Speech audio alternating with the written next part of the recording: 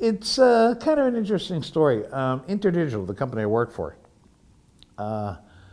we're a mobile company. There's arguments can be made about this, but we basically developed what many would consider to be the first digital mobile system in the world.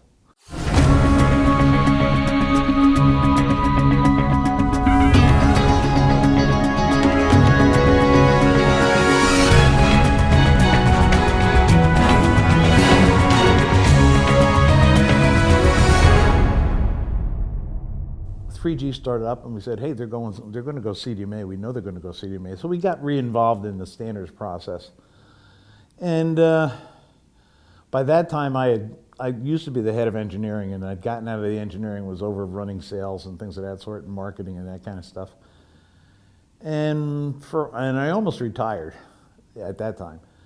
And the chairman of the board came to me and says, what do you think about this standards stuff? And I said, well, it could be kind of cool, could be kind of interesting, and we might be able to make some plays here.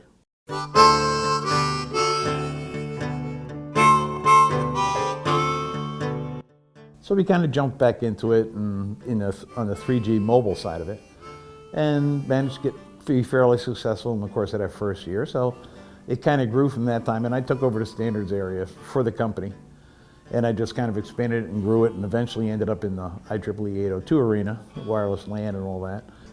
Brian was a substantial contributor to activities and standards activities in IEEE 802, specifically in the 802.16 Mobile Broadband Wireless Access Working Group.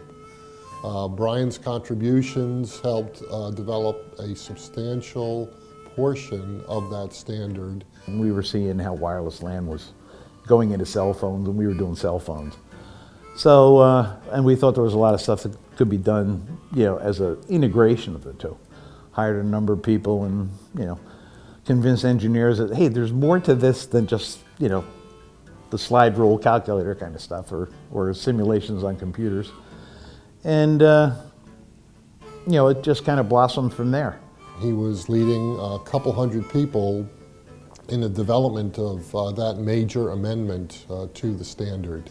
He was a chairman of the 802.16m Advanced Air Interface activity, which lasted for about 2 years. The world wasn't yet ready for digital cellular, and we were sitting there doing digital radio, and one of the original early members of the company had spent a lot of time in South America, Central America, where people had no telephones. So he said, well, we could do this wireless local loop stuff, fixed wireless if you would. And that was kind of the company history. And about the same time, Dr. Roger Marks, who was the chair of 802.16, he kind of got that whole thing rolling, and the initial focus was fixed wireless. And Roger and I happened to meet at an investors conference in Denver, and he kind of talked me into coming over to 802, and I was given a paper on BCDMA, broadband CDMA as a fixed wireless alternative. And Roger kind of talked me into eventually coming over to 802.16. He was involved in earlier activities in 802.16, and his unique combination of technical skill, leadership, and political savvy in bringing a couple hundred people together to consensus positions in such a highly competitive environment really speaks volumes to his capabilities as a technology leader.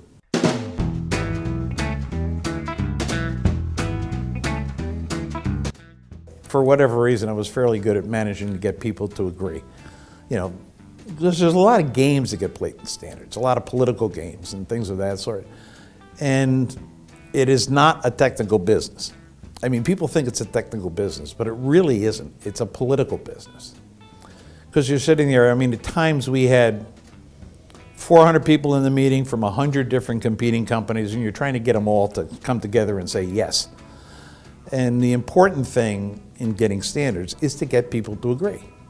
Because if you don't get them to agree, it'll never happen.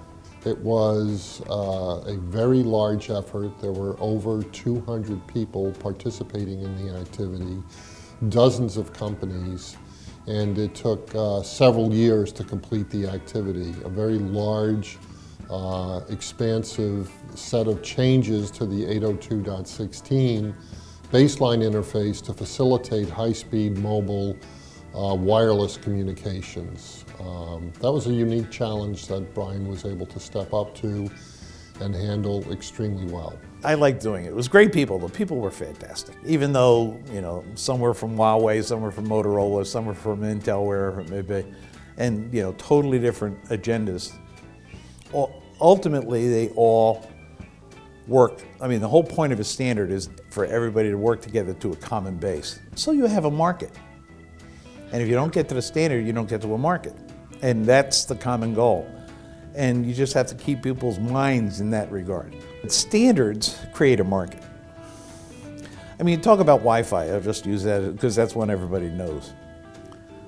Wi-Fi as 802.11 or as wireless LAN, around for a long time. Been around for, you know, a lot longer than most people think. But it wasn't until it became 802.11 and you sort of had a common industry building towards one thing that it began to really blossom. Brian's unique set of skills enabled him to lead such a large, diverse group. He's technically knowledgeable, understands the fundamental drivers behind the technology from both a performance and business perspective, and was able to take that technical awareness and apply his leadership skills to also structure the work such that it got done in a timely and relatively efficient manner for 802. I've enjoyed what I've been doing. I've hired great people. Typically, I've hired somebody who I saw as my replacement, you know, made sure they were ready. So by doing that, it allowed me to look at the next level and get involved in the next level and, you know, move on. And I always had fun. Absolutely, always had fun.